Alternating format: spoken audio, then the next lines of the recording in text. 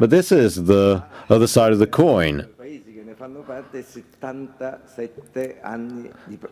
It has meant 77 years of peace. That is quite a feat, given the history of Europe, of the European continent. It has been a continent that has been constantly devastated by wars, and we will have the opportunity to further detail this later on. Now, I am very pleased to give the floor to Christian Krieger, President of the Conference of European Churches, pastor who holds the presidency of this important ecumenical association of European Christian churches, founded in 1959 to promote the conciliation, dialogue, and friendship between different Christian faiths. So he has been elected at the head of the Protestant association in France. So we give him a warm welcome because of the activities he has conducted so significantly in all these fields. So thank you for being with us, and I leave you the floor.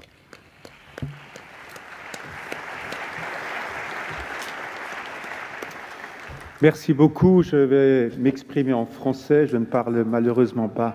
Thank you. I will speak French. Unfortunately, I do not speak Italian, this beautiful language. I thank Sant'Egidio for inviting me to attend this international event. I will speak on behalf of the Conference of European Churches, an ecumenical cooperation association, which talks about doctrines and theology, but also on it also addresses other forms of cooperation with Orthodox, Anglican Church, and other churches in Europe. Clearly, this war has a number of consequences that are profoundly destabilizing the global economy. Not only European societies and citizens, but the whole of mankind, and clearly all the most vulnerable populations. The European Union, is it an alternative to war? That's the question you're asking. The European Union embodies a project that of an area of freedom and peace based on the solidarity and cooperation and rule of law. It is a project that one can freely join, decide to join or not. This European Union is being challenged every time that society has to deal with, for example, nationalism, populism, migration, when it has to face these sort of issues. And in this case, too, when it comes to this war, some members try to oppose sanctions. They are somehow pro-Russia. Some governments see a political opportunity to make political claims, given the energy shortage. Solidarity and cooperation between member states is a huge challenge, especially when it comes to the countries that are higher independent, that don't rely on so much on Russian fossil fuels. I think that the European Union has been up to the task, quite up to the task, given what is at stake, given the challenge it has been facing, and some of the stakeholders involved, and so approving sanctions, giving a special refugee status to Ukrainian refugees, providing economic support and other kinds of support to Ukraine. So it has reacted well.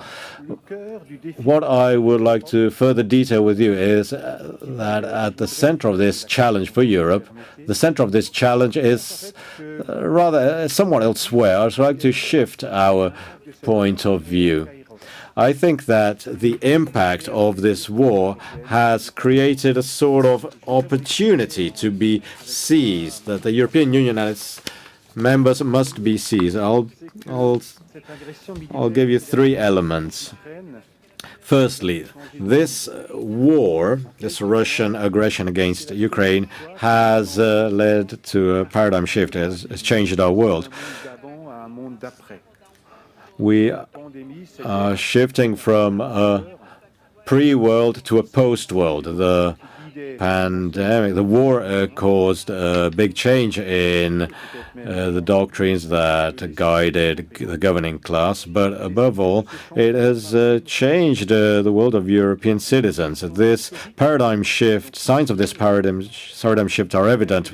Cultural, historical positions, and inflexible, rigid political stances that have been rigid for decades have been shattered in a matter of a few days. Germany, Switzerland abandoning its banking neutrality against Russian oligarch, Sweden and Finland wanting to join NATO. We realize that neutrality is no longer a political stance that is up to the situation. So for several reasons, the Brexit page has been turned, except not in the UK. The European Union has proven itself. The Eurosceptics in Italy, Sweden, and elsewhere no longer want to quit, no longer want to leave the EU, nor do they want to leave the euro. They don't mention it as an option of their political program. So this is an anthropological fracture. Since the end of World War II, the history has been written thanks to the predominance of government that respected institutions and international law and that set their policies through multilateral cooperation. This multilateralism, the end of this multilateralism was to be seen in the election of Donald Trump. Geopolitical relations are now part of relations of power, where some countries are ready to use weapons to achieve their goals. I am referring, for example, to the inability of the United Nations to step in the current Ukrainian conflict. And this proves that these international institutions were thought up for times of peace and for governments that respect international law and international cooperation. So I want to say that all this not only has led to a change of the situation, but to a proper paradigm shift that shakes the foundations of the concept that have governed our world over the past decades. What does this paradigm shift mean for the future of the European project? For me, it's an opportunity, a kairos during the biblical terminology. That is an appropriate moment to continue and consolidate the European project. For 20 years, the European Union has struggled with Eurosceptical forces that somehow hindered its ability to evolve in playing a proper role on the international stage. During the pandemic and now with the military aggression against Ukraine, the European Union has proved its resilience. This war has allowed European citizens to get back in touch with the narration of the founding fathers of the EU, Schuman, for example. So once again, the reasons why we need the European Union become more evident. The European Union was set up as a model of association, and it is time to shift towards a more integrated model, sort of a federation, assigning skills, expertise, and jurisdictions that allow it to act on the international stage by strengthening its diplomatic power. I'm sorry I'm saying this here, and support it through a joint defense system. And it's time to further pursue the enlargement of the European Union. We cannot just be settle for countries that wait to join for decades waiting for the promise to join in. We must actually allow them to join. Some vetoes hinder these international organizations, so we must shift from unanimous vote to majority vote, in particular when it comes to foreign policy and tax policy, fiscal policy. That would get rid of one of the obstacles to enlargement. I think that the recent war is an opportunity to further enlarge in Europe and to rethink this project of peace. If you allow me, I'd like to list the third item, tell you more about the third item, which is about Christians and other religions. We all pray for peace. We act for peace. We take action for peace. We promote dialogue. Promoting dialogue and peace in times of war is a difficult task that several churches and religious leaders have taken on in recent months. Christians believe that the peace is at the very foundation of Jesus' gospel. The Christian authorities have tried to create areas for dialogue to preserve the venues where we can meet, something that peace requires. Sometimes there have been misunderstandings. This happened even here in Rome during the Via Crucis, the Stations of the Cross, where two women, one was Russian, one was Ukrainian, carried the cross together. That caused a bit of a stir in Ukraine, and it led to a misunderstanding. So this paradigm shift I just mentioned also impacted our peace-promoting activity. Several generations think we believe and we act for a sustainable peace in a context of peace where there is no armed conflict. If we look at the Christian dimension, if we look at the Ukrainian war from a Christian standpoint, I was told that there are moments, several moments in a conflict, several phases, and each phase requires a greater promotion of peace.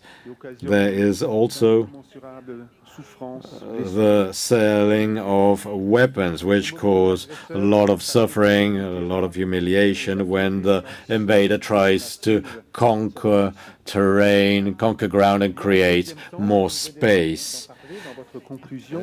And you just mentioned this in your conclusion, resolving the conflict when the parties try to suspend the use of weapons and restore dialogue and talks to achieve peace.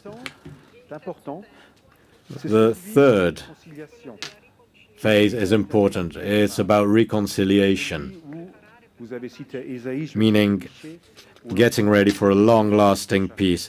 I will quote Micah, where swords are converted into plowshares. We must focus on reconciliation if we want to prevent wars from resurfacing tomorrow. The time for love and respect, that is important. We must foster the peace mentioned in the gospel. We are experiencing a time of war and weapons. And right now, to have peace, we need a ceasefire, we need justice, we need truth that can lay the foundations for a long-lasting peace. As long as if we don't work to achieve peace, we will not achieve it. There will be no forgiveness. So these notions of peace and justice are indeed paramount for a long-lasting peace. This war is not just a challenge to the future of Europe, but also a challenge to Christianity and other religions, which must rethink their view on peace and reconciliation. We believe in a long-lasting peace, and this idea must be always supported and must never lose its final goal. If churches and religions can play a role through prayers, which is true, they must also be able to contribute to reconciliation between memories, and they must help promote this kind of work in all societies. That's what we have done in the European project and what we must strive to do in the future. Thank you for your attention.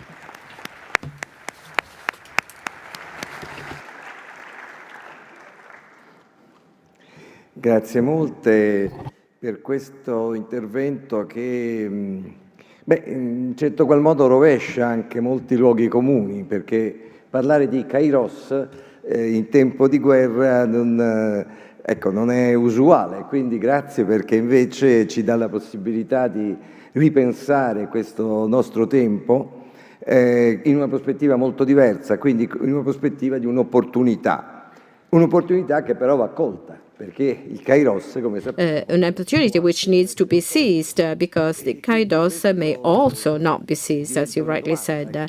And this turns into a question that we have to ask ourselves.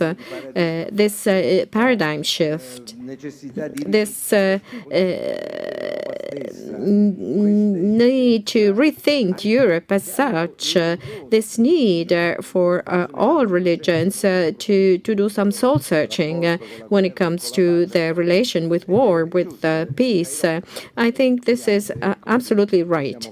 And we need to be in a position, we need to seize this opportunity. So thank you. Thank you for sending out this message of hope. And now we will have an Italian speaker, the writer and journalist Nico Piro. Thank you for being here today. First of all, he's a journalist, as I just said.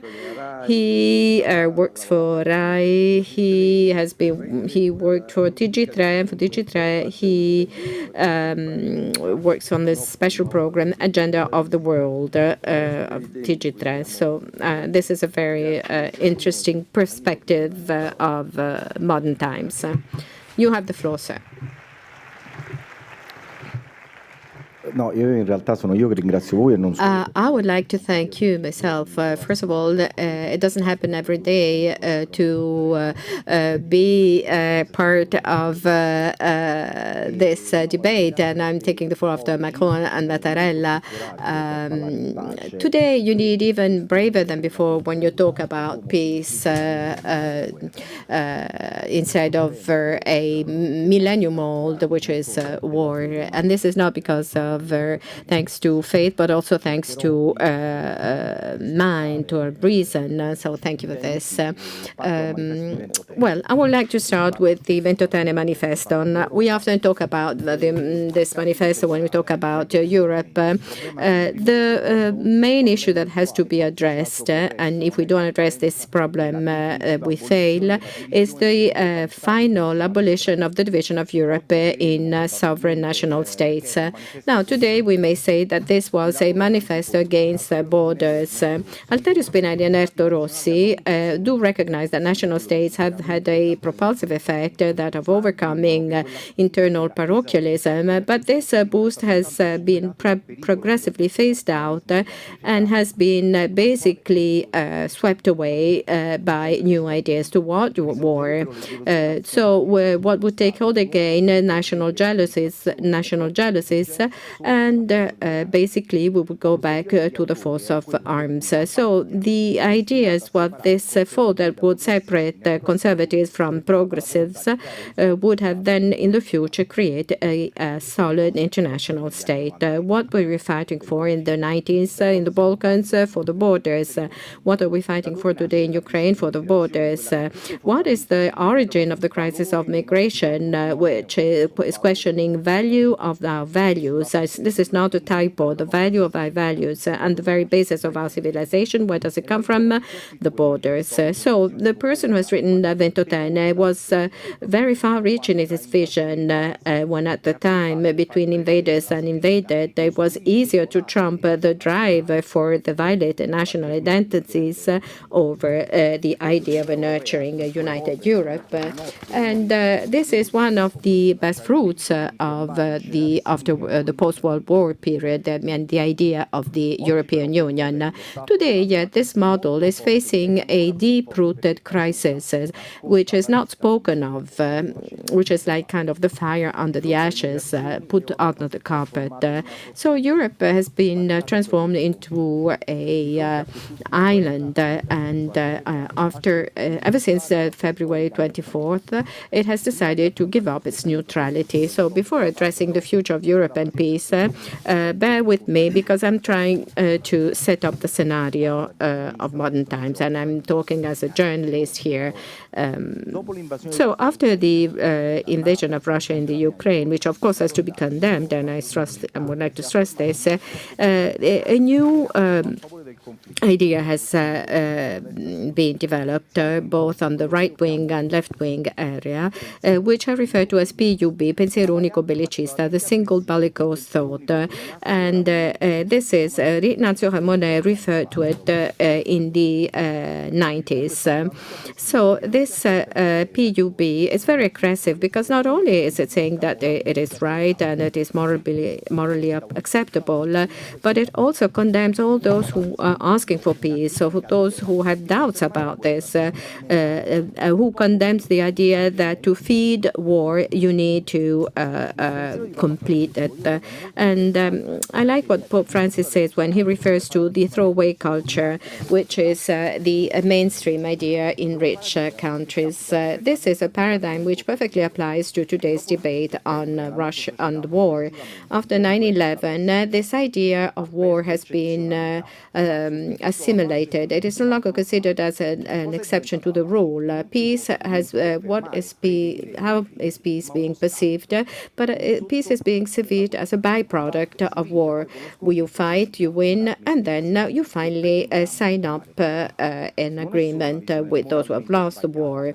This is morally wrong, and it is totally out of reality. The post-9/11 conflict showed that victory is almost impossible to achieve. So the definition of victory itself is based on the ever-changing conditions on the battlefield and to address the difficulties of the governments to adjust its war product to public opinion. So the idea of victory changes depending on the single cases.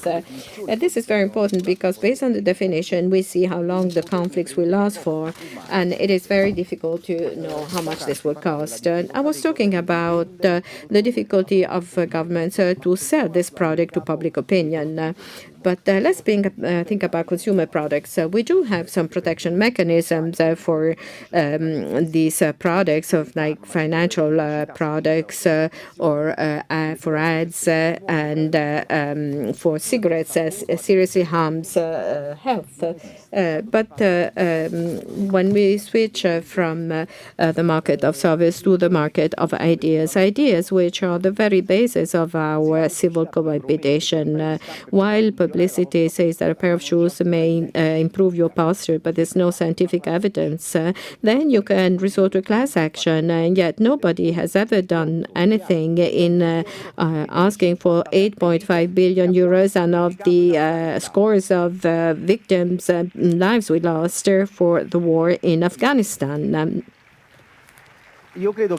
So I think that just the example of destabilization of Iraq, which is finally the training field of jihad and all the other terrorist attacks which have taken place, and basically say, we need to fight abroad to have security at home. Exactly the opposite happened. So ever since February 24th, There's a new marketing of war. War is referred to as a compact phenomenon with no shades.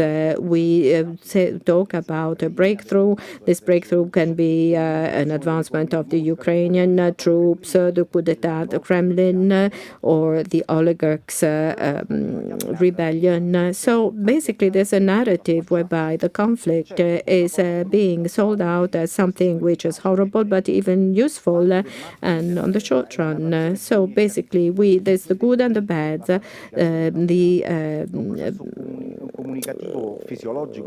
There's the tendency of this conflict, this clash being stressed, and Pope Francis is condemning this attitude. He also has fallen victim to the what I would like to refer to as helmet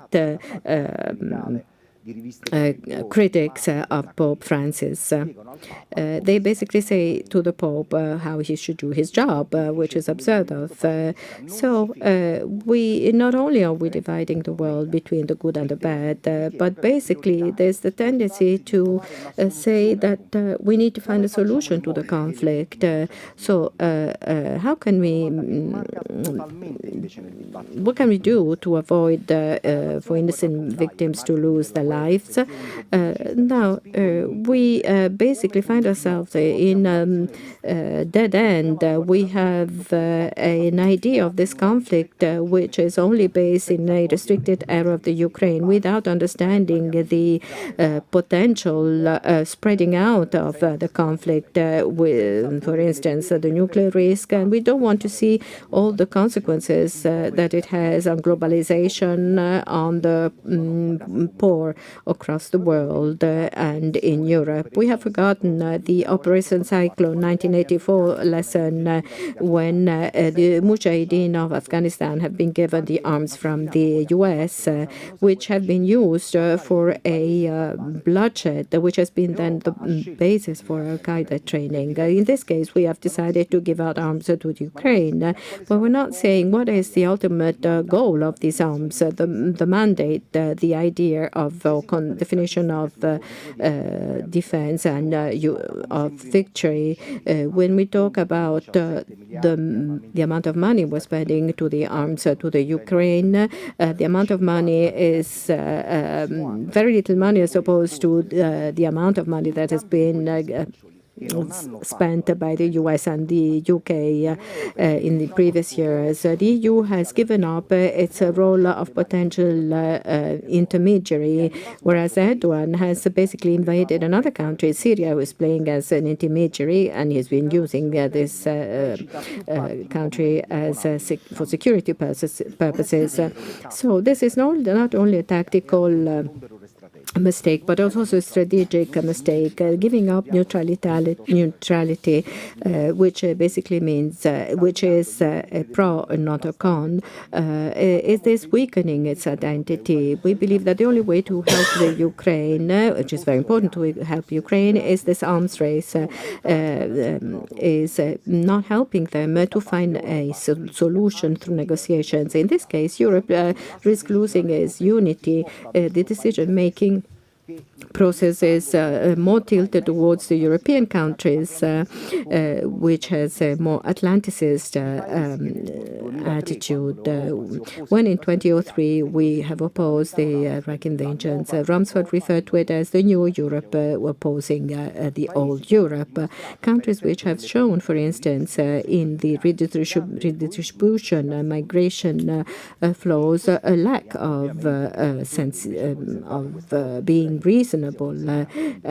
So let's hope that now things will change. But unfortunately, and I come to the conclusions, war not only kills innocent lives or households, but it jeopardizes democracy, the freedom of opinion.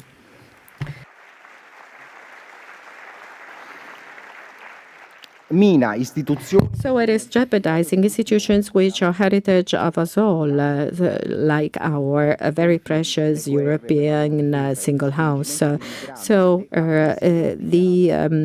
pushback of migrants and all other issues, these are very important issues on which we should be focusing on, not on splitting the world between the good and the bad, because on top of this, we also have climate change, which is another source of new migration and conflicts, starting from the war on water, which is being waged in various areas of the world. We should be focusing on this and be very, very honest about this. And we must say that these micro solutions are not a panacea. There's only a macro solution given the present day issues. So this answer is one single world, peace. And we need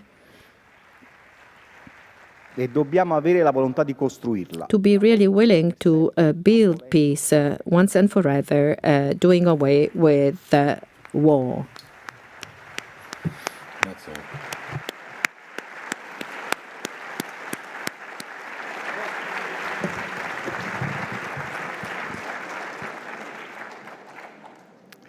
Grazie a Nico Piro per la sua I thank Nico Piro for his passionate presentation,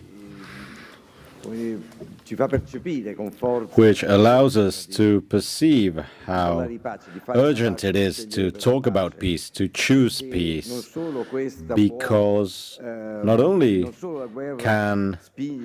war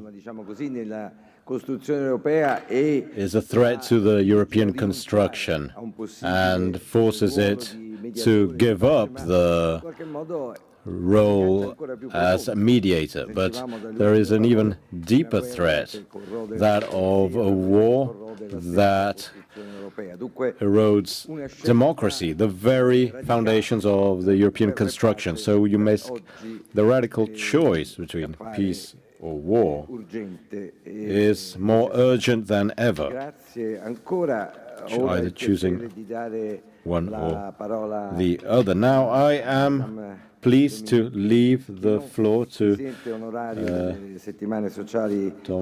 Madame Dominique Quignon, a journalist.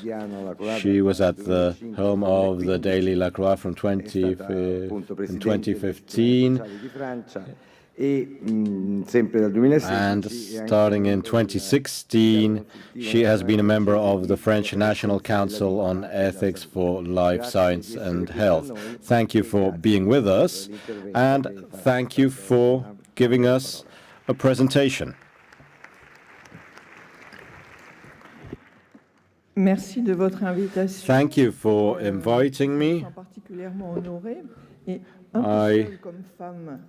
I'm particularly honored, perhaps a bit alone as a woman here, saying that peace and religion also involve women. It's also about women. It might seem a little too simple to point it out here, but nevertheless I did. A whole lot of you already mentioned this, so I'll quickly repeat this. The war in Ukraine, which is knocking on the European Union's door, stems from someone's will to wage war, while others want to reconstruct a common future. This Europe must face a cruel war triggered by Russian President Vladimir Putin, who refuses, just as many other countries in the world, many powers, who refuses Europe and the West, the lifestyles, the democratic principles, freedom. They see them as a threat. The European Union is a peace project that was reaffirmed after the fall of the Berlin Wall, and the hope that we could enjoy the dividends of peace. That's what we used to say in France. There's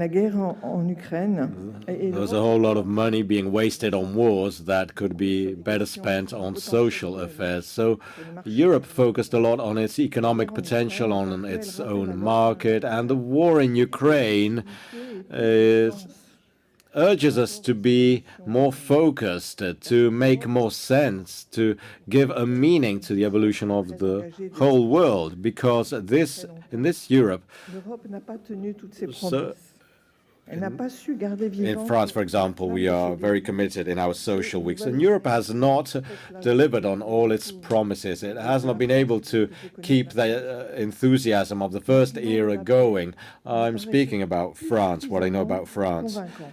Supporting peace was not convincing enough on its own, at least among the young Frenchmen. Même si les conflits étaient Conflicts seemed to be distant, even if there were many of them across le the world. terrorisme et la violence du terrorisme. Mais la We had sécurité terrorism, reste the assez violence of terrorism, but me semble-t-il, the c'était plus safety, the security these new generations wanted was mais contre pour davantage security not from a potential enemy, but they wanted better, more social justice. They wanted no more social inequality. They wanted social welfare. They wanted environmental consciousness. de l'Ouest du Sud à ces And, menaces de guerre.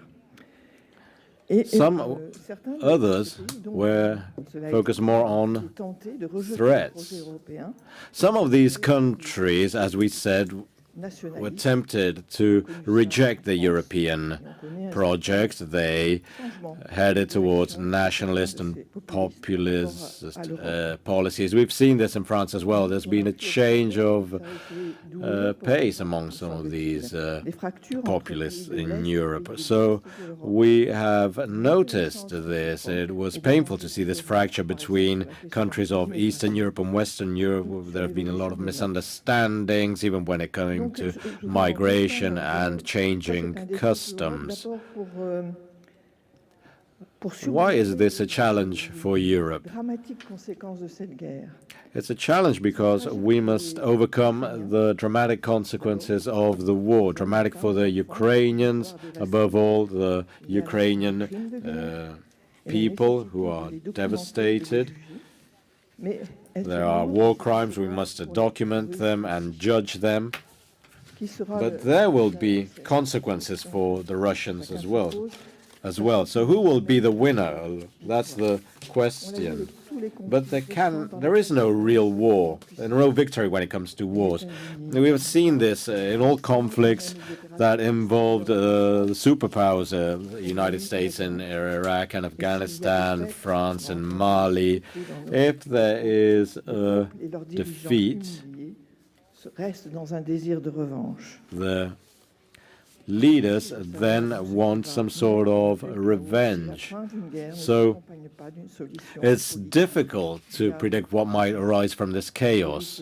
et de réconciliation. There must be a fair political solution to end wars so that we can Oblige à adopter des comportements know what absolument we have to do. Although the energy crisis compels us to take certain measures, which might not be sound in the near future, with again focusing on nuclear energy and coal. This is a huge environmental causes huge environmental damage. Another consequence is greater military efforts, which are necessary to support Ukraine.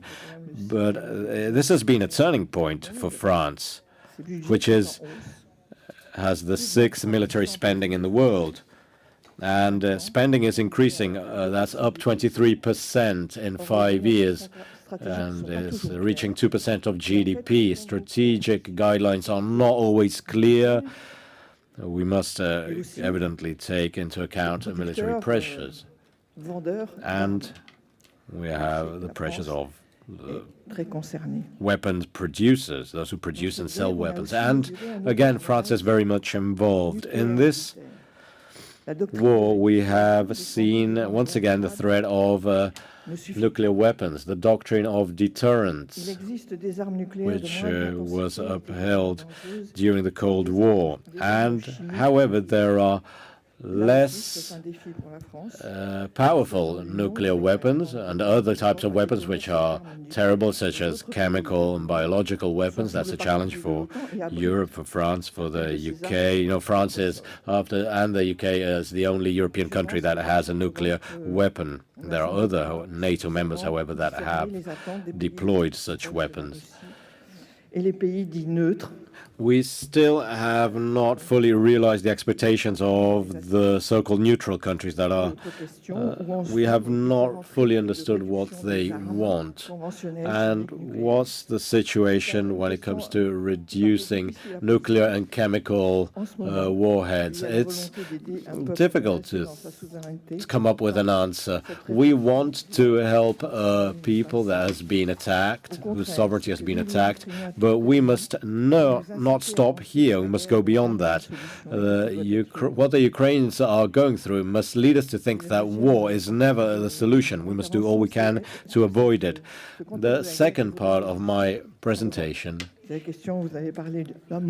focuses on whether this war context can somehow give new momentum to the Union, to the European Union. We have heard people say, someone who is in favor of this, because there have been some positive elements that we have seen since the war broke out, since the pandemic broke out, because, for example, the European Union approved sanctions against Russia, it welcomed refugees, it has given economic support to Ukraine, redistribution of gas resources, although someone was criticizing this in France, because someone was criticizing the fact that we were sharing our gas stocks when we risked a gas shortage. This is welcoming Ukrainian refugees is something that happened very quickly. And that's important. Some neighboring countries and Germany have got going, together with Sant'Egidio, to set up some humanitarian corridors. We have taken part in these operations ourselves. So we are trying to help Sant'Egidio in its great efforts. So through this experience, we have seen that it is possible to welcome refugees from across the world, not only from neighboring or close countries. And we can give them a decent life, even putting to good use the good will of our people. How can we give new momentum to Europe through defense and diplomacy, which are national aspects? But we can head towards a European defense, a European diplomacy. Since 1990, the European Union has more power in these sectors, and the current crisis should make us less egocentric. We should be able to better understand the appeals of those states that want to join the EU. We know that enlargement is not easy. It can be very timely. It can be very lengthy. But we need to get things going a bit. We need to speed things up. And the European Union must have its own voice. Even we must not speak always together with the United States. There is a military shield of NATO, sure, and that's important. But there are different European stances. Pope Francis called for a diplomatic solution, and this was not fully understood, although they were mentioned in the phone calls between Macron and Putin. So differences should not frighten us. We must overcome them if we want to reach some sort of consent. So what do Europeans think about their governors? Last June, the European Council for European Relations, a think tank, conducted a survey on 8,000 citizens from 9 countries of the EU plus the UK.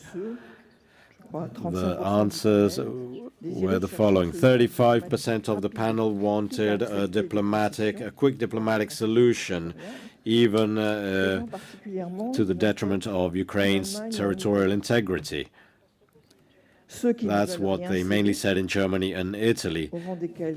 Those who absolutely do not want to give in on anything, and those are the Poles, and those who look to both solutions and who fear the consequences of the war, such as gas and inflation, gas prices and inflation, and they think their government is doing too much in favor of Ukraine.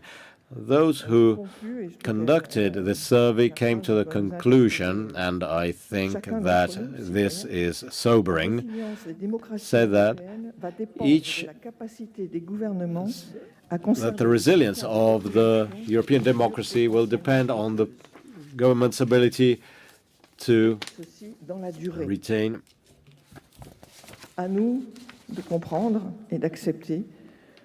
the support of their citizens in the long run. It is up to us to understand that helping Ukrainians will have a price. The war has a price. And if we want to uphold certain values, we must pay the price. This voice of Europe must promote multilateralism, which has suffered a lot because of Trump's presidency and the vetoes in the UN Security Council.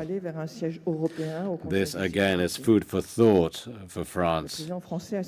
Should we have a European seat in the Security Council? The French president said that rules should change, but he surely did not change the rules. Our world is fragmenting. The war is a fragmented war, as Pope Francis said.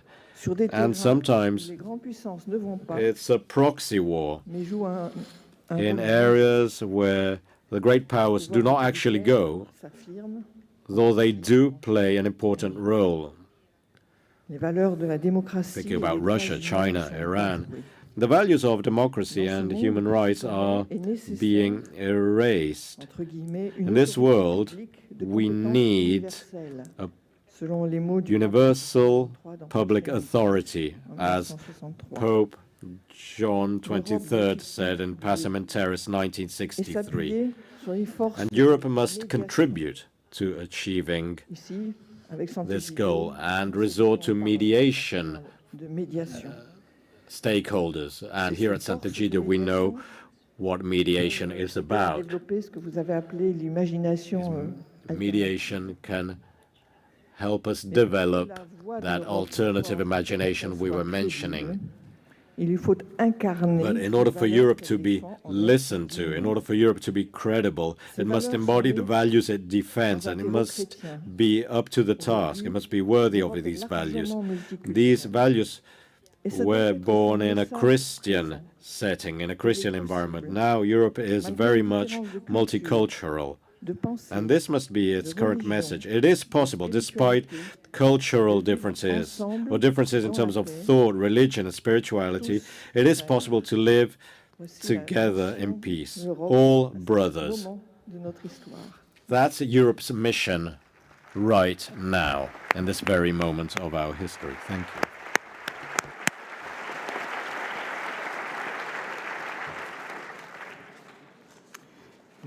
Molte grazie, Madame Quinault, perché Thank you, la sua riflessione Mrs. ci ha fatto Quinault. comprendere meglio. Not only do we now better understand how complex the present-day scenario is, it does entail a number of difficulties, but also a number of new things that need to be addressed because of this war.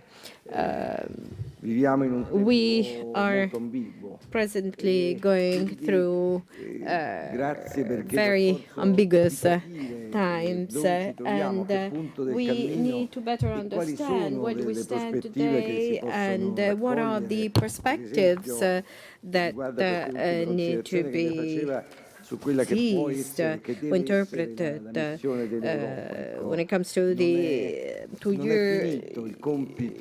Europe's mission. Europe still needs to play a role in this, Actually, una maybe svolta che we sentiamo are necessaria on the e che eve abbiamo paura che of a non ci breakthrough sia. that Dunque, we feel is very important, attraverso le is sue parole decisive, siamo and that we are certamente hopeful. entrati ancora più So in thank you for profondità your very interesting ai temi di presentation, cui stiamo and parlando. Ora very il interesting piacere indeed. di And now dare la have the parola pleasure to al give presidente the di floor Renovabis, Thomas to the Schwarz, chair che of Renovabis, dal Thomas 2021 presidente Schwarz. appunto di Renovabis, He has been l'organismo chairing che Renovabis cura since gli aiuti all'Europa 2021, orientale della Chiesa which Cattolica Tedesca. organizing È stato anche aid professore to di etica applicata, di etica European aziendale all'Università di churches. Scienze Applicate di Augsburg He has been e also dal been a 2014 professor at membro University of dell'Accademia Europea Augsburg delle and Scienze e member delle of Arti. the Quindi gli diamo European volentieri la parola Academy anche of per Sciences and Arts. sentire che We will cosa give him the floor è and Renovabis we e will che hear cosa la from Chiesa him what cattolica in Germania the ha fatto e sta Catholic facendo Church in per Germany has done and is venire presently incontro per doing sostenere le to vittime della guerra. help Grazie out e victims a lei la parola. of war. Thank you.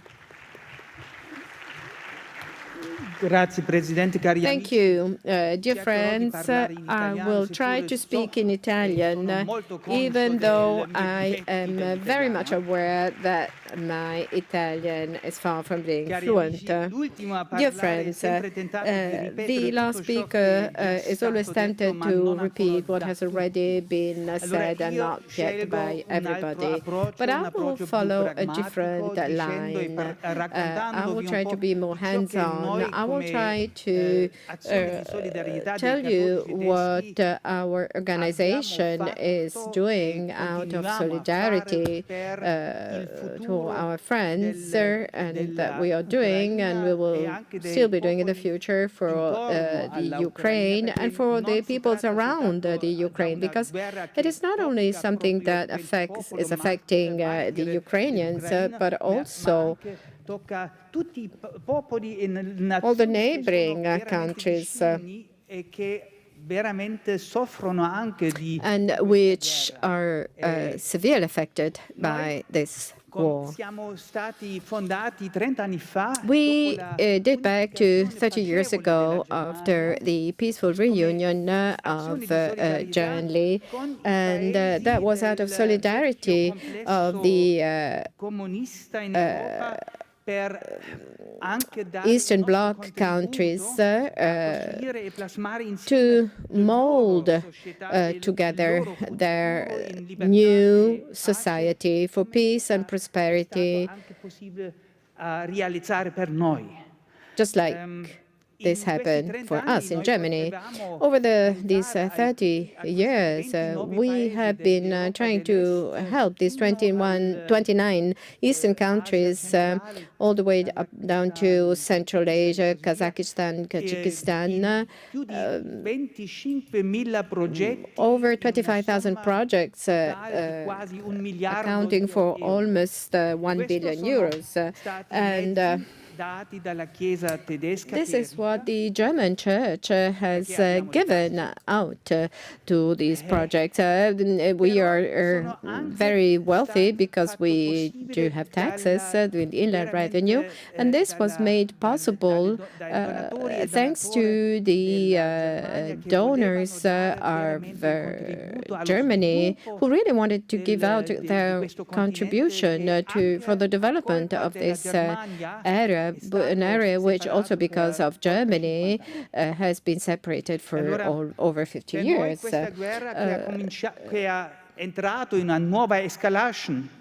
So this war, which dates back to 24th of February, and dated back to a few years back, but when it escalated in February 24th, everything has changed. Basically,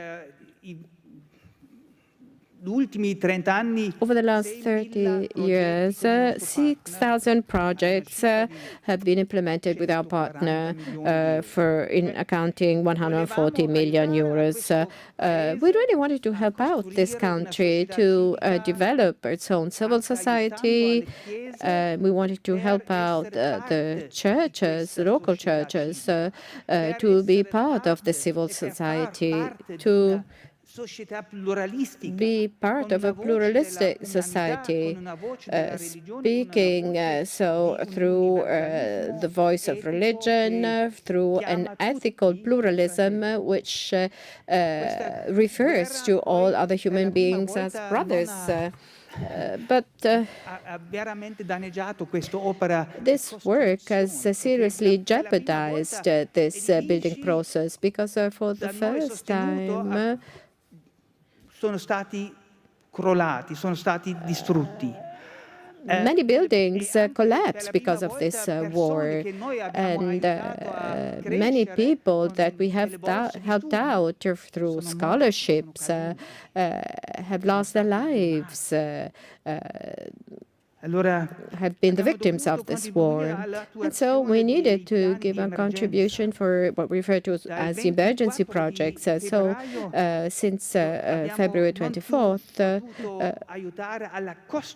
we no longer could a contribution for the reconstruction, but rather we came to the rescue of people and tried to protect the buildings. We've tried to alleviate the daily emergencies.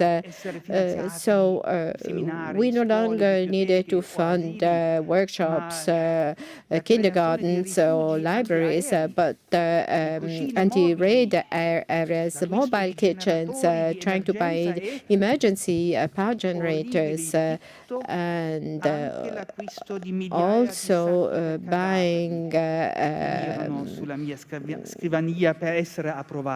corpses bags for so many thousands victims.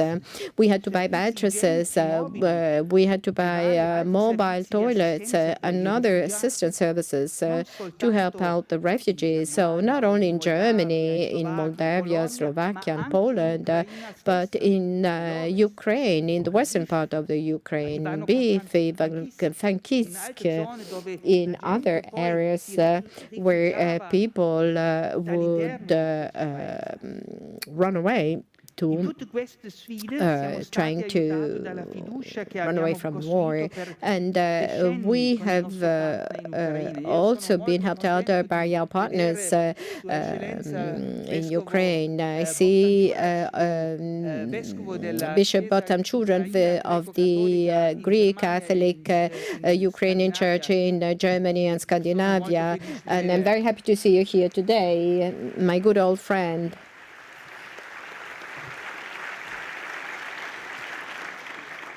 Comunque sia, Renovabis ha potuto Renovabis has funded over the last 6 months almost 550 projects accounting for approximately 10 million euros since this war broke out. What we're presently trying to do now is something different as opposed to the last 6 months. In the upcoming years, we no longer have to implement emergency projects, but rather the reconstruction process will have to start.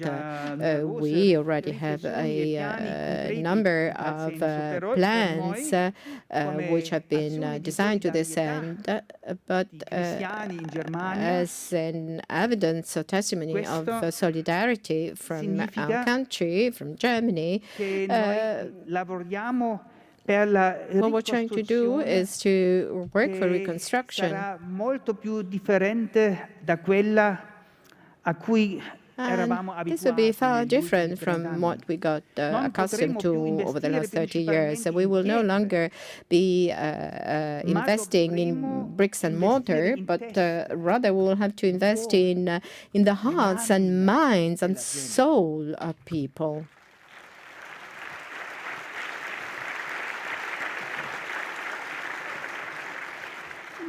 Cari amici, dobbiamo fare friends, conti con le esperienze we have to come to terms with the traumatic aftermath of millions of people. We have to help them out in the resilience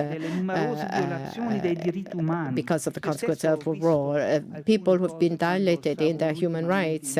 I saw this myself when I was in Ukraine in July this year. It was really an experience I didn't want to go through, honestly. popolazione So ha bisogno these che noi people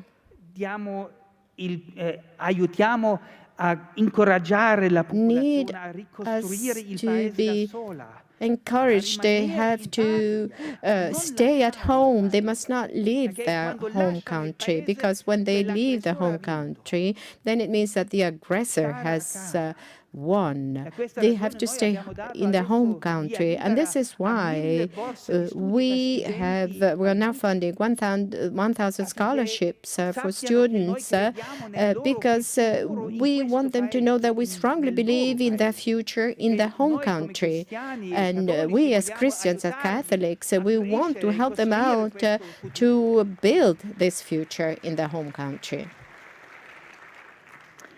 Il popolo ucraino si trova di The fronte all'enorme Ukrainians sfida di trarre find themselves forza dalla libertà di parola e di pensiero against e this di big credere challenge nel of futuro freedom del of proprio speech, paese e del proprio believing popolo. in the future of their country. e tanti Renovabis, altri together cercheranno with di many other realizzare organizations, tutto questo will con i try to nostri help them partner out in progetti molto with other diversi. partners with a Ma plethora of Renovabis non è projects. soltanto But un'organizzazione Renovamis di is not aiuto alla only Chiesa. a Catholic Fin aid dalla nostra fondazione ci organization. siamo Ever sempre since its visti come inception, una Renovabis piattaforma has per il been dialogo perceived as a e per la platform for pace. dialogue and for La peace. possibilità di dialogo sarà un'altra sfida So a che dialogue dovremo will be affrontare con i another nostri challenge that we partner. will have Non to noi, address with our loro partners. devono But this is not iniziare up il to dialogo. us. Per noi è The molto Ukrainians facile. have Noi to be the stiamo ones who have to vivendo start in the una dialogue. situazione For ancora us, di it is pace. very easy because we're Nessuno living in si peace. aggride. None Loro of us, we are not Noi being dobbiamo dare aggressed. a They are being loro la aggressed. forza, So we il have to coraggio give them di out the courage, dialogare. the strength to set Come up, si to può creare trigger in this futuro un dialogue. corridoio So tra il how can you set popolo up this corridor ucraino e between the quello Ukrainian russo che people and the permetta Russian di people parlarsi, so that they can talk che to one permetta di another, so that they scambiarsi can idee sulle exchange fault ideas e sulle and about the sofferenze? faults, about the Come possiamo far sufferings. possibile How can we sentirsi, make it so di that they ascoltarsi, can listen to each eventualmente other, anche di and perdonarsi? finally also to forgive one another? E a un certo punto, quando il popolo And ucraino sarà when the pronto per Ukrainians questo, will be ready for that, anche di partecipare a un also processo di to riconciliazione. participate in a Una reconciliation cosa è chiara, process. finché One questa thing is for terribile sure, guerra infuria, si sente until solo this il war is grido di raging pace. on, we only hear volte the anche, cry for naturalmente, peace. il Sometimes grido della vendetta. the cry for vengeance. Per questo motivo le armi This is devono why essere messe a arms tacere have il to prima be possibile. silenced as soon as Solo allora si possible, sentirà and di it's nuovo la only voce if this happens silenziosa, that we can tranquilla della pace. listen to the silent Non è rumorosa voice questa of voce, peace. è silenziosa. This voice is not Quando vociferous, ciò it is a avverrà, silent non voice. sta a noi When deciderlo, this ma happens, alle well, we vittime are not the ones who dell'aggressione will che vogliono decide, reagire but the e victims conquistare i of the loro aggressors diritti who want to indiscussi. win and want Ma to quando le armi have their tacciono, rights be dobbiamo essere recognized. presenti But when this per happens, facilitare we will i have to be there formati to di conversazione. facilitate Allora dobbiamo the chiarire process. che non So we have to associamo make a it questo clear that dialogo we're not interessi associating to egoistici this dialogue come selfish altre leader degli interests stati europei, as other abbiamo sentito European già, ma che siamo nations, orientati come state Chiesa leaders, alla but as a pace e al church, benessere dei we popoli are for peace and per gli well-being of the uomini people, siamo qui. for the E come si human può beings. fare, We're here amici for the miei? human Sono beings. How can convinto you che do le this, chiese in my dear friends? I particolare personally possano believe e debbano that the svolgere un churches ruolo can and importante in have questo to lavoro play an che è il important role futuro. in this Le chiese, for the soprattutto in future. Ucraina, hanno svolto Churches, un grande especially in the ruolo nella Ukraine, have played an costruzione della important role fiducia in negli ultimi building decenni trust della over the indipendenza last del decades paese. of the Sono during the state le independence of the chiese che non countries. si The sono lasciate churches compromettere dal have sistema not comunista, been affected che by the hanno communist lavorato in parte in regime. They clandestinità, in have parte come martiri, acted come la vostra undercover as chiesa. martyrs in some instances, as Ma your church. sempre but always the churches in the Ukraine have always been very close to the needs of people. And this has given a lot of trust to these people, especially in the Ukraine, to foster dialogue. Renovabis has been working with our other partners for the development of civil society, developing universities, setting up a social academy in the Ukraine, and the development of Caritas. The ultimate goal being constantly that we wanted to feel close and be close to people, interpreting, understanding the language, catering to their needs, and being the interlocutors of their own needs, not our needs, but their needs, their concerns, and also their hopes. And the biggest hope is peace today, that arms be silenced. We've also been trying to foster the ecumenical dialogue between the two religious denominations. This dialogue has not been made easier after the Russian invasion, you can well imagine. Actually, this is made even more pressing today because of the recent events in the Orthodox churches.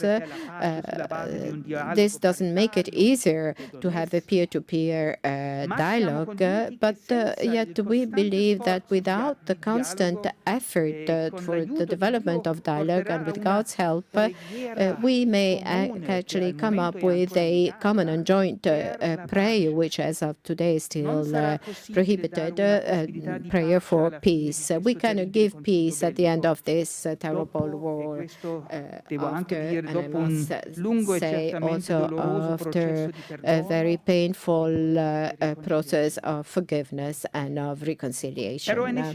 But this is absolutely necessary because Ukraine is asking for this just peace in dignity. Europe too is asking for peace. The world over is asking for peace, and the planet itself, because we also destroying God's creation through the war. Nature too asks for peace, and this is the psalmody of today, recent and modern times. The fact that we are joining our voice with so many other people, especially in the community of Sant'Egidio, so many people who are actively working for peace on a small and large scale, and people who are praying for peace day in, day out. This is what makes me feel grateful and confident about the future. Peace has indeed a possibility because of our Holy Father, Pope Francis says, we're all brothers. Thank you.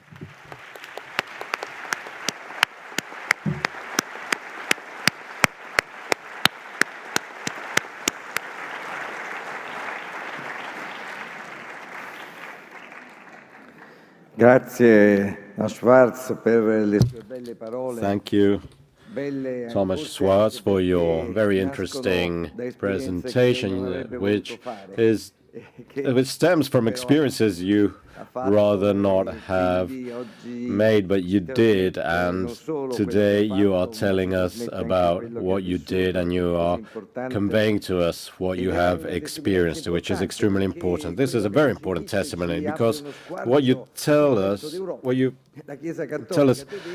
gives us a better view of Europe, because the German church heads in a direction which is certainly not that of war. So I'm pleased to hear that, because we have somewhat accused Germany because we recall this sudden decision Per cui nel giro di pochi giorni si è deciso appunto di The decision after a few days to invest so much on rearmaments.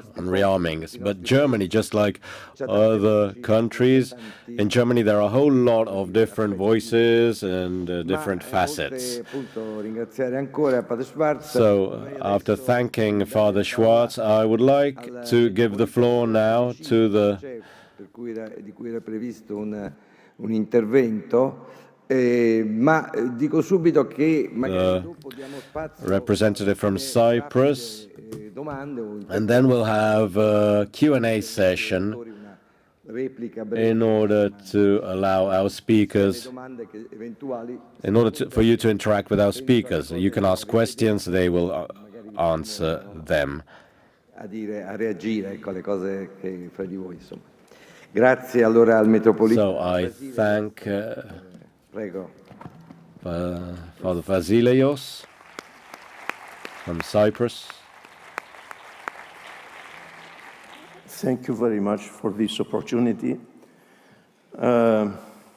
In front of you, it's standing or listening the cry of the people of Cyprus for peace and prosperity. This morning we had the lady from Ukraine presenting what happened to her. Similarly, it happened to myself also in Cyprus before nearly 50 years ago.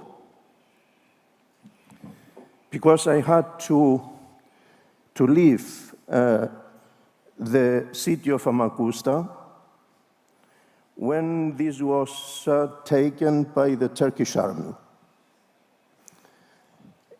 Please do always the comparison between what happened in Ukraine for evacuating cities and what happened exactly to Cyprus when 200,000 people had to go away from their homes and to be refugees in their own countries. And 1/3 of the country is still under occupation, and all the criminalities against the people, against the culture, bringing people from Turkey to change the demographic composition of the population of Cyprus, distracting the culture, because in the area we have more than 700 worship places now destroyed completely. And of course, this is not happened once, but it continues to happen till today. So we speak about sanctions against Russia, but I'm asking, do we really mean these sanctions to be imposed to everybody, or there is a choice? Because in our case, I think, and this probably we have to introduce in our diplomatic language, caress the cat, or even the monster of the Revelation, which destroys everything, and instead of sanctioning, just we caress and say, okay, this is good.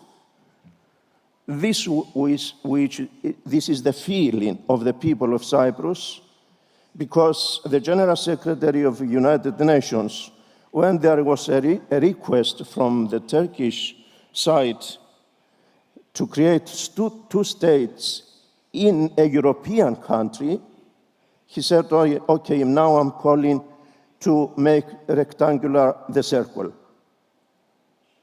I don't know which policy is this. And of course, the European Union, we have nothing.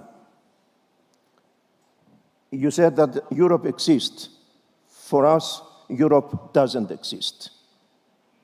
Because here is the power, is the legal of the powerful, is the law of the powerful, nothing else. You know, after 33 years, when I left Famagusta, it happened by the providence of God to become Metropolitan of Famagusta. Constantia is the old city of Salamis of Cyprus, and Famagusta is the new city. And I'm not allowed now to go to the place where I have the name, the title as Metropolitan. And last year, Erdogan said that he's coming to Famagusta to make a picnic. This is the situation in Cyprus, and this is the cry of the people of Cyprus. And not to forget, because this is an old problem, and I am very offended when I go around the world and they ask me, from where are you? And I said, from Cyprus. Many ignorant people say to me, are you Turkish or Greek? Or are you from the Turkish side or from the Greek side? Of course, my answer is that I am from both sides, because Cyprus has to be united and not divided into Greek and Turkish side. My origins are in the occupied area, and now I'm refugee with all my family, with all the citizens, imposed to them to go away from their homes. So please, I let you know that we have not to forget, because I don't know, Professor, with your view of the word in the word, where do you include Cyprus in this reframing the word? But Cyprus is there, and still Turkey is willing to take the economic zone of Cyprus because of the finding of natural gas. So thank you very much, and this is what I present in front of you, and not to forget all these old problems which are continuing to be there. And one of your colleagues, when he is doing this analysis, he says, by an ironic way, the United Nations is a foundation of collection of non-resolved problems. So let's not do that, but we have to have the courage and the imagination, as President Macron said yesterday, for the solution and the peace of the world. Thank you very much.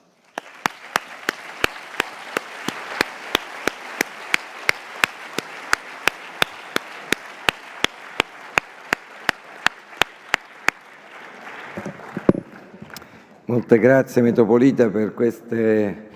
Thank you very much, Your Excellency, for this to testifying your experience, which comes from Cyprus. You're perfectly right. We must not forget these situations which have been lingering on for so many years. Cyprus must not be forgotten by the world, as you rightly said, has been done by the EU. Are there any requests for the floor? Bene avere il microfono oppure venire qua. C'è il microfono? Ok, prego di dire il proprio nome, di presentarsi. Can you say your name, please, before asking the question? My name is Joanne Desieff, and I'm a French student. I study sciences politiques. and Catholic Studies. Thank you for all the speakers. Thank you to all the speakers. I have a question myself. All these presentations have been extremely interesting, and this war in Ukraine is really upsetting for my generation. The war is something that I like to, I resemble to my grandparents. And so I just wonder, what will the post-war period be like, not only in terms of money, but also in terms of the hearts of people. So how to reinvigorate the solidarity of people, so avoiding the stigmatization, as you rightly said, the stigmatization of people, the humiliation, avoid this sense of rage, sense of vengeance that you can feel through the people, because I was very happy last year to go to in Berlin with the Erasmus program, and had a very good experience. So what struck me is this love for your homeland, which is so important. So what is the role of the youth? What is the role of the youth? Personally, I would very much like to do something for Europe in the French-German bilateral relations. I've also very much appreciated this opportunity, and so was just wondering, what is the role of the youth, in your opinion? So how can we prepare not only the peace in the hearts and in the mind and spirits, but also in the hearts of people? Thank you.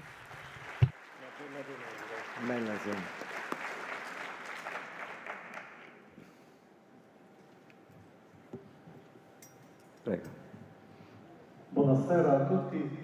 Soprattutto mille grazie a tutti. Good evening, and thank you to all the speakers. Io sono Vescovo Bogdan Dziura, sono Bishop Zudorf, and for over the last 1.5 years, I've been working for the Ukrainians living in Germany and Scandinavian countries. This war, which dates back to over 8 years ago, is really something we are seriously affected by. But we do have hope. We have hope. Hope is in the risen Christ, as Father Thomas said. The church, which has suffered a lot, together with other Christians under the communist rule, can say that in the end, love prevails over darkness. So even this tragic moment will be swept away by love and justice. This is what we have in our hearts, and this is why we are so strong. We have courage, we have hope. Abbiamo affrontato un dolore immenso. We have gone through tremendous suffering, and we've been going through this since February of this year. But where aggression has affected the area, love has flourished. So I would like to thank you all here today for the very warm welcome that you have shown to our people who have been welcome in all European nations.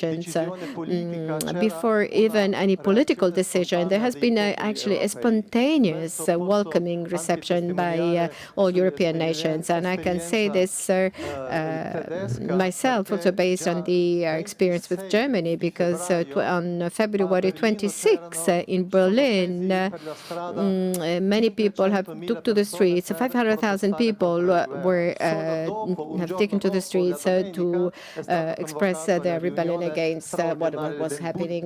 And after a couple of days, the Bundestag meeting was convened. So this means that people have been reacting in a very loving way, and we would like to thank you all Europeans, because we really feel you're like family for us. In Germany, some politicians have told me that we welcome you very warmly because you are members of our family. And I think this is even more important than being part of a political organization in the EU. Even in the first centuries of Christianity, there was this tradition of appointing bishops through people's acclamation. And I just had this idea that European nations have welcomed us in the EU through this acclamation with their works of mercy and solidarity. So a heartfelt thanks to you all. Adesso tutti ci domandiamo quando sarà pace. We wonder when peace will come. We Ukrainians are the first to ask, to wonder when peace will come.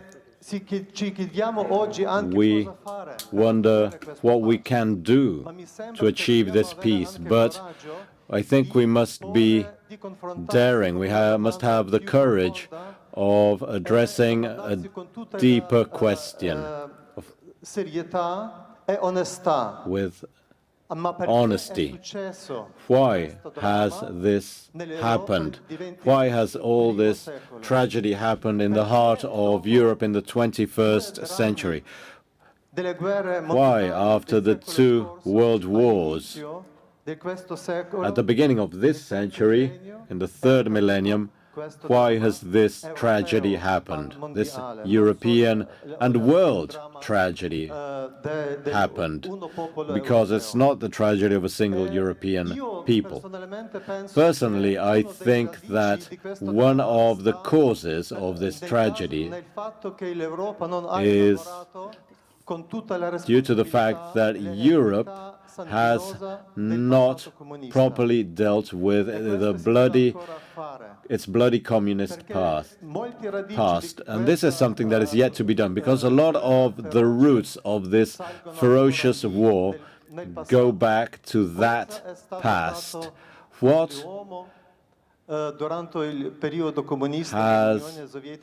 what was done under the communist regime in Soviet Union.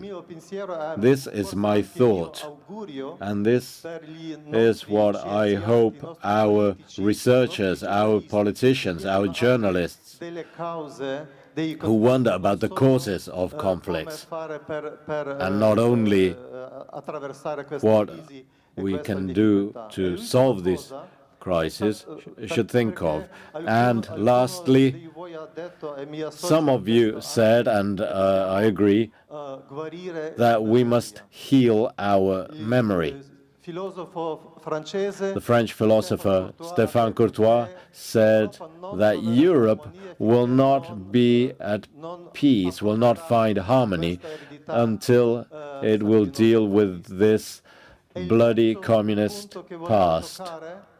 The third item I wanted to touch on, some of the speakers said that Europe doesn't have a proper design. Perhaps that is true, but Europe was born from a dream, the dream of the great founding fathers. And this dream was driven by the Christian thought too. And this Christian thought is still alive in today's Europe. When I notice all this solidarity, when I see all this love towards my people, I can assure you that Europe has not lost its Christian roots, and it will never lose them. But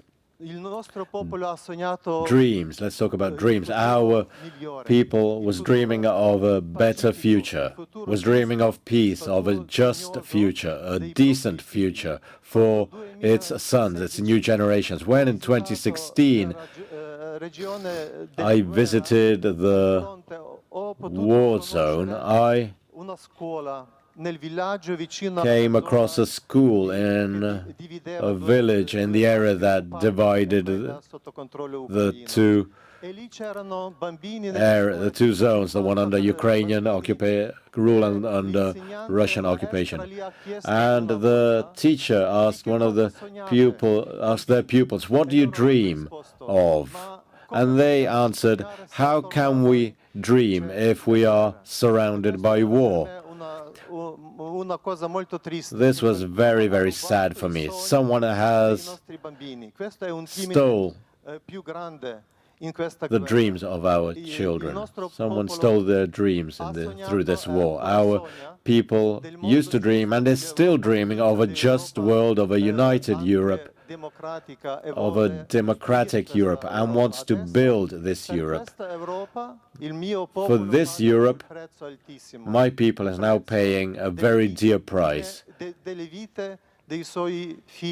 The lives of its sons and daughters, that's the price. And I ask all of you, do not allow the new dictators to destroy your dreams, to take away the dreams of your children, the dreams of a people, the dream of all of Europe. Thank you.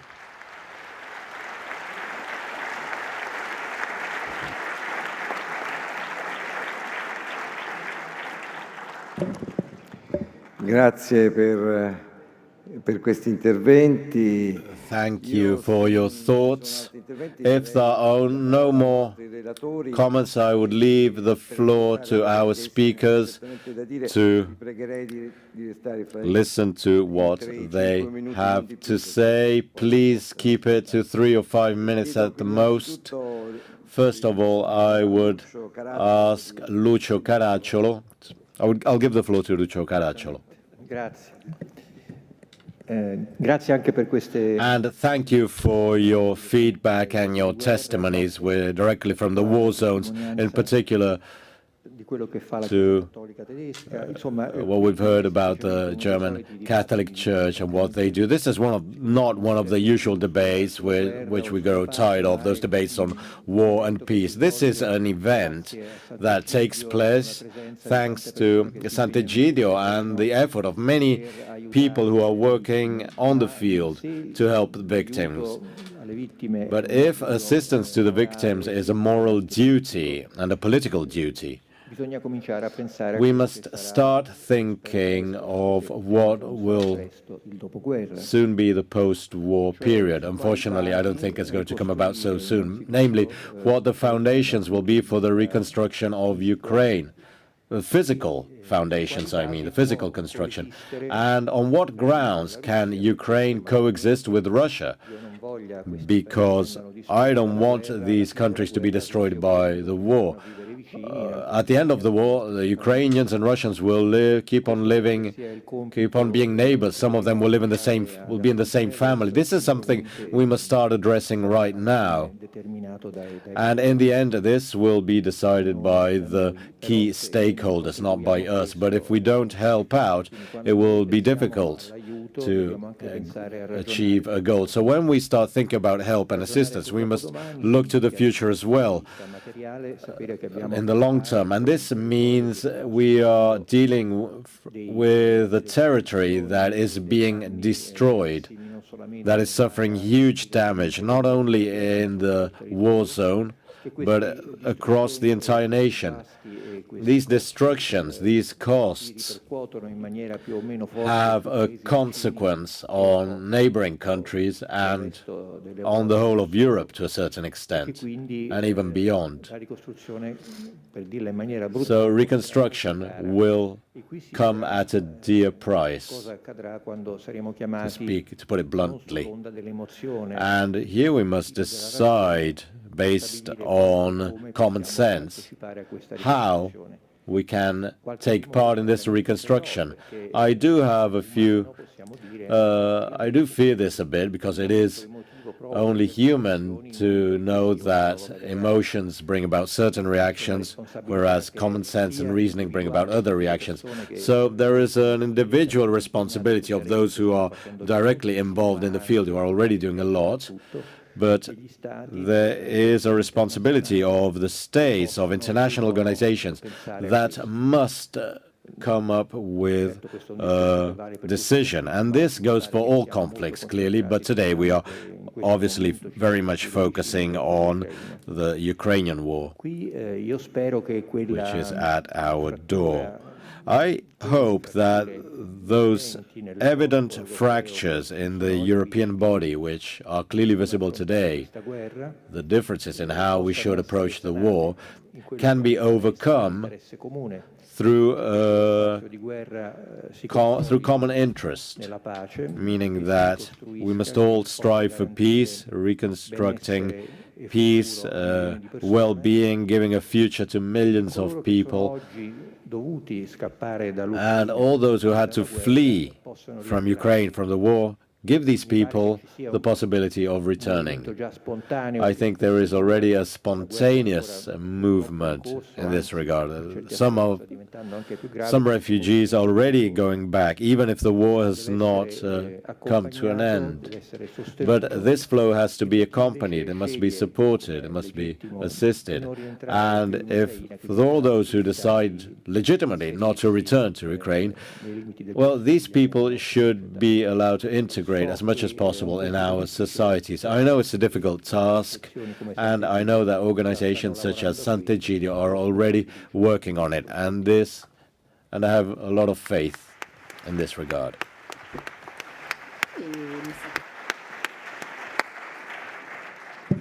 Molte grazie. Prego, Thank you. Jean-Dominique. Voglio ringraziare in particolare Let me la studentessa thank the young French student, not because she's French, but because molto importante. I think her question was really important. Rispondere in due punti. Let me answer Lo faccio da storico. as follow, and my answer is based on me being a historian. So you have used the word humiliation. Do not humiliate a great nation. We have humiliated Germany in 1919 after the First World War. We refuse to acknowledge that this was a war that was promoted by all European nations, yet the Versailles Treaty has been a treaty which has humiliated Germany. And we are all well aware of what happened next. Now, with the collapse of the Soviet Empire in Europe, I think that the Western world has humiliated Russia.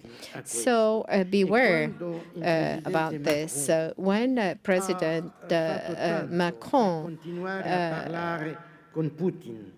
has went to great lengths to have a dialogue with Putin, saying, beware not to humiliate Russia. He didn't say, do not humiliate Putin. That's another story. But he said, do not humiliate Russia.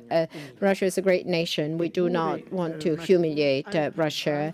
And yet Macron, even in France, was misunderstood about this. He has been criticized even by the press.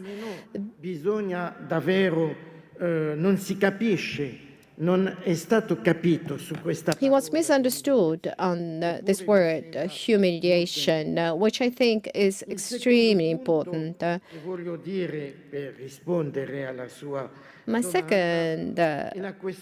second point I would like to stress is this idea of reconstruction of the future. There will be a time when this war will end, and so we will then have a negotiation, not sure about what and on which terms, but every war ends up with a negotiation. But I especially think successo in Europa nel 50. But what happened in the 50s, 1950 in Europe, when Schuman, with the agreement Alcide de Gasperi with Eisenhower has launched Europe. Well, we're just 5 years after the opening up of the camps, the defeat of Nazi Germany. The wounds were very deep, and yet we managed to build a new Europe.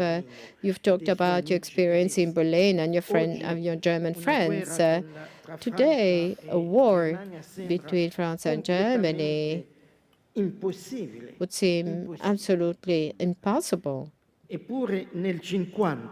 yet, in 1950, only 5 years after the end of the war, I mean,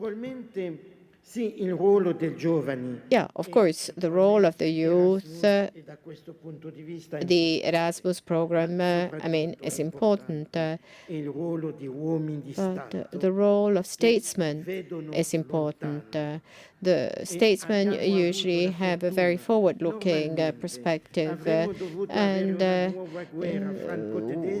should have been maybe in the 90s a new French-German war, 1870 war, 1945, the third French-German war. Now, normally, with the nationalistic mentality, we could have had a new war in the 90s.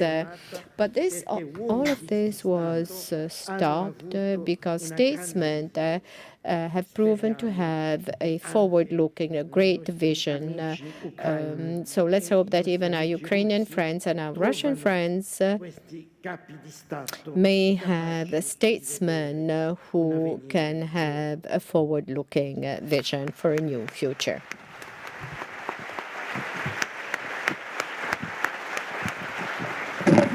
Grazie. La parola Christian. Thank you. Over to you, Christian. Oui, merci. Vous avez pratiquement dit tout ce que j'avais envie de dire. Thank you. You basically have talked about what I would have liked to talk. When we read about history books and relations between Catholics and Protestants, usually Protestantism claimed that the reform corresponded to coming out from the darkness of the Middle Ages, and whereas Catholic says that the reform was a catastrophe, priests could get married. So they have very different viewpoints, and it was necessary to work on this to heal all these memories. So, in the end, we had to write a common description. We had to. That was necessary to take stock of what situation, and it's very complicated to draft an inventory and take stock of the situation when there has been violence. But people must face all this. People must take on its responsibility. And clearly, at the end of this war, if we want to lay the foundations of a long-lasting peace, we must heal the memories and work in order to create a common narration in which Ukrainians and Russians, which both Ukrainians and Russians can recognize. This is a challenge. We must not humiliate the Russians, but it won't be easy. I would like to add that in 1961, the churches in Alsace and in Germany created the group of the Rhine churches. This to tell you that churches can be an example of innovation and can bear the seeds of renovation, of renewal, and lay the foundations for a peace, for a long-lasting peace between peoples and cultures. I also want to add that today the Greek Catholic Church, which the bishop mentioned, did a great job in Ukraine. They hired tens of psychologists who can help children overcome the traumas of children who are living in the bunkers, in the underground stations, whose father or grandfather or brother is fighting the war. And they have started mechanisms that can bring to peace in the future. And some of these mechanisms are already operational in some settings. And I would like to finish off with by saying that perhaps you might have noticed this, we haven't really mentioned it, but the targets of Russian missiles over the past 15 days have been energy facilities. So we will probably have to welcome our Ukrainian brothers and sisters in the winter because they won't be able to heat their homes, and our solidarity will be absolutely crucial. And through this solidarity, we can become the major stakeholders of tomorrow's peace.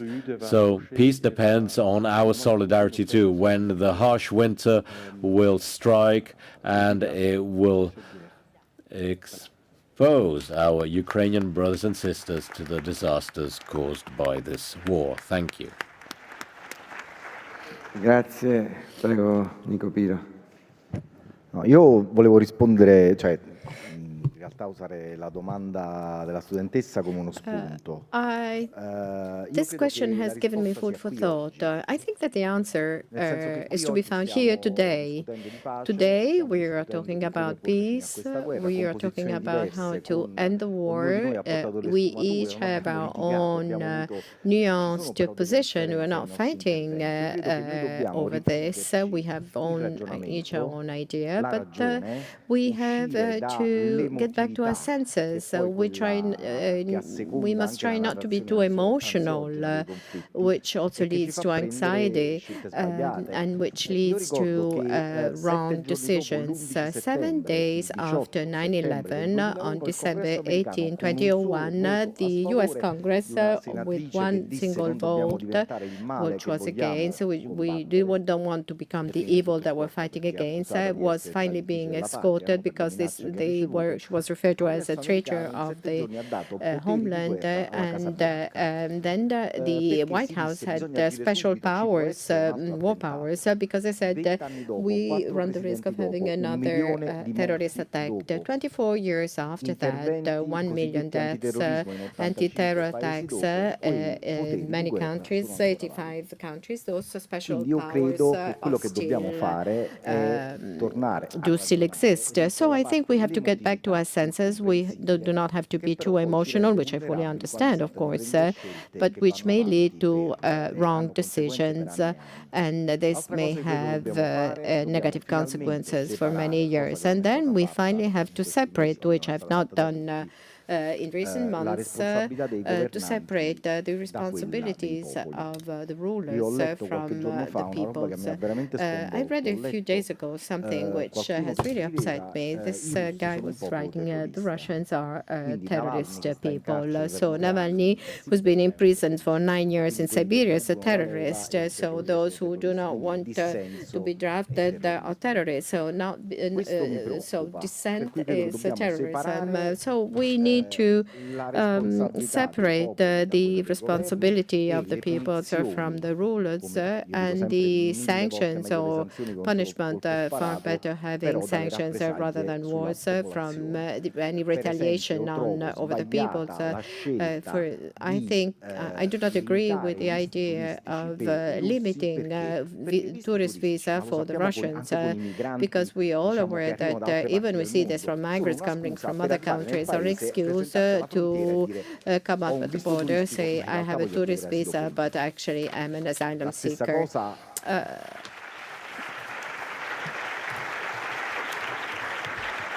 La stessa cosa è l'idea Likewise, l'ultimo muro d'Europa è a Cipro. in Cyprus, we have the last wall that needs to be broken down. These are things which are a source of concern to me, but I'm more concerned about oblivion because the Western world wants to solve issues with oblivion. Afghanistan is one of the most beautiful countries in the world, affected by tragic destiny, and no one actually remembers about Afghanistan. It has been forgotten for so many years. So I think that if we think about an quote-unquote open-ended conflict, then this will trigger the oblivion phenomenon, and then we will have to wait for the next crisis. The Caritas report says that 270 conflicts ongoing in the world. So if you tomorrow go have a coffee with someone and ask you, the guy you're having coffee with, but how many conflicts are there in the world? I always say there's at school, students answer there are 5, 6, 3 conflicts. This is the real issue. So the longer the war lingers on, the more we have hate and rage, and then there's this risk of oblivion, and then it would just be another added conflict to the long list.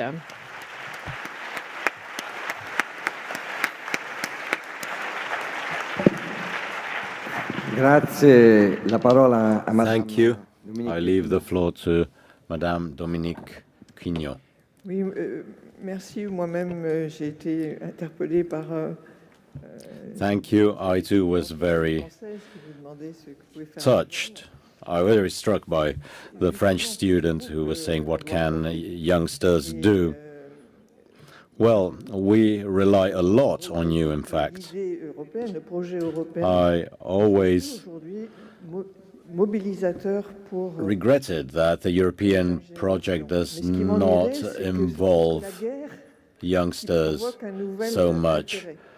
Perhaps the war can give new momentum in this regard, and that's a little unfortunate that we have to, the fact that it has to be a war. I am a member of Justice and Peace in France, and among our members there is someone who trains the civil forces of peace at the Catholic Institute in Paris. It prepares young people who go to provide assistance in Africa. This kind of commitment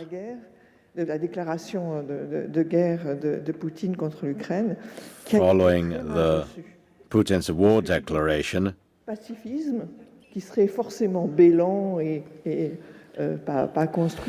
an article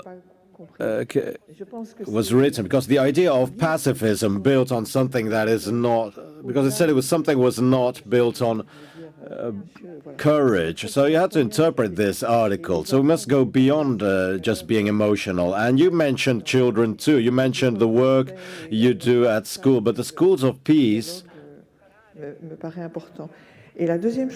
and dialogue are indeed very important elements. Something else I wanted to mention.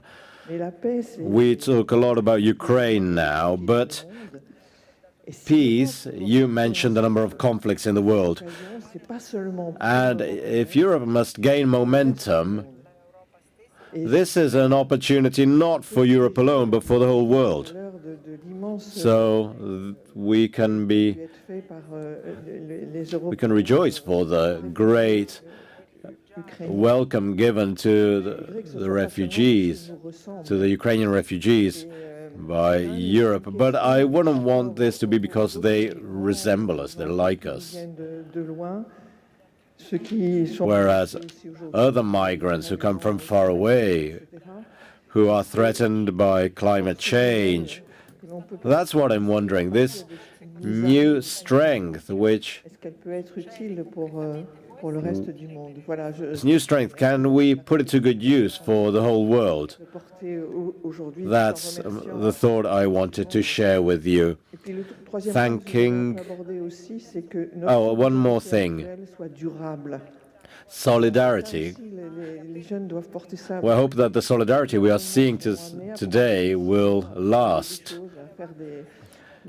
Our youngsters must carry on in this direction. Governments can take decisions,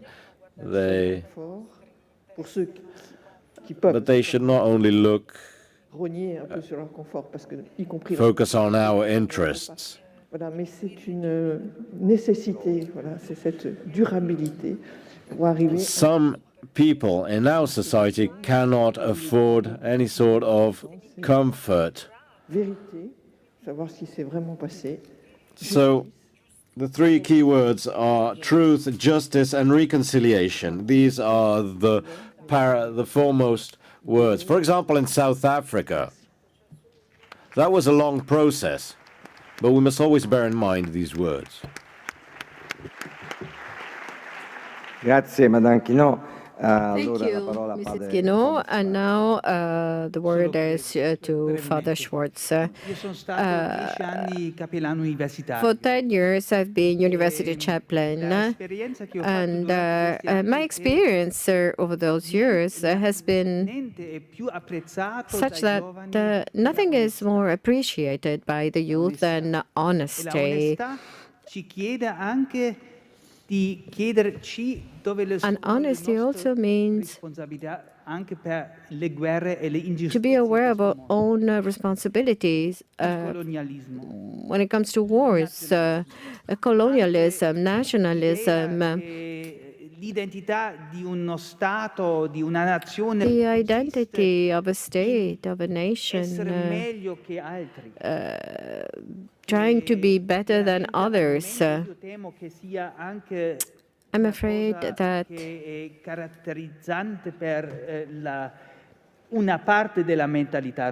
this is, I'm afraid, one of the typical features of part of the Russian mentality.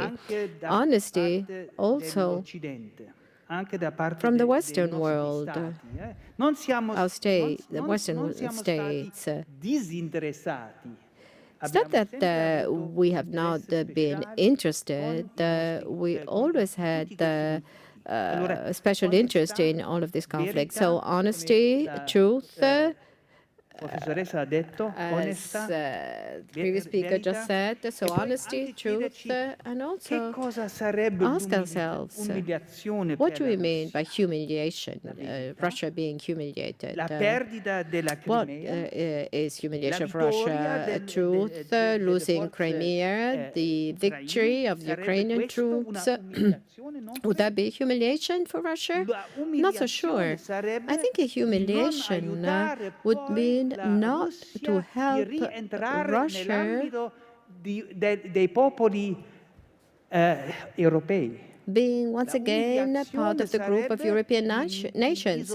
Humiliation would be isolating this great nation with such a great history like a pariah, stopping any form of dialogue with Russia. Forgiveness. Would mean helping them out to develop a new narrative of democracy, of pluralism, freedom of opinion, of ideas of each single citizen. Russian citizen, someone who can actually speak his mind without the fear of being punished or without the fear of him being repenting, expressing his ideas. So developing a new narrative of freedom, a narrative of dignity of each human being. This is what we could give. And this is the idea of Europe. I mean, I'm not a politician, I'm not a philosopher, I'm just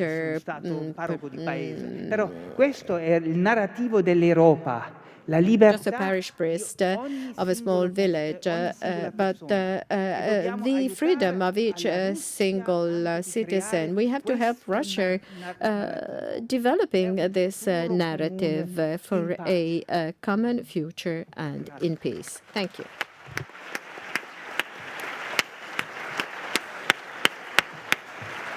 Grazie, Padre Schwarz. Io desidero adesso concludere. Thank you, Father Schwartz. I'd like to wrap up now. Allow me to be very quick. First of all, I would like to thank you for your presentations. We have listened to some very interesting presentations by the speakers, and we have greatly appreciated them. We have heard different opinions. We have heard different standpoints that all lead toward peace. They all agree on peace, and that's what really matters. I remember something that John Paul II once said at Assisi, perhaps in 1986. Peace is a construction site because it's a place where a lot of people work and everyone does something specific. As you've heard today, peace means welcoming refugees, but peace also means that Parliament should debate rather than accepting in silence. Peace means debating history, talking about the past, Crimea and more, but without insisting too much on history. Then again, we need ecumenism if we want peace. We need youths to be involved. We need justice, and then we need a reconciliation above all else. As you can see, well, I'm mentioning a whole lot of things, but I don't think that in their diversity, I think that all these things, while being different, all have relevance. In this case, we mentioned the construction site. We prepare peace. We construct peace. You were mentioning the consequences after World War I and how different they were compared to the consequences after World War II. But peace after World War was immediately prepared by the winners.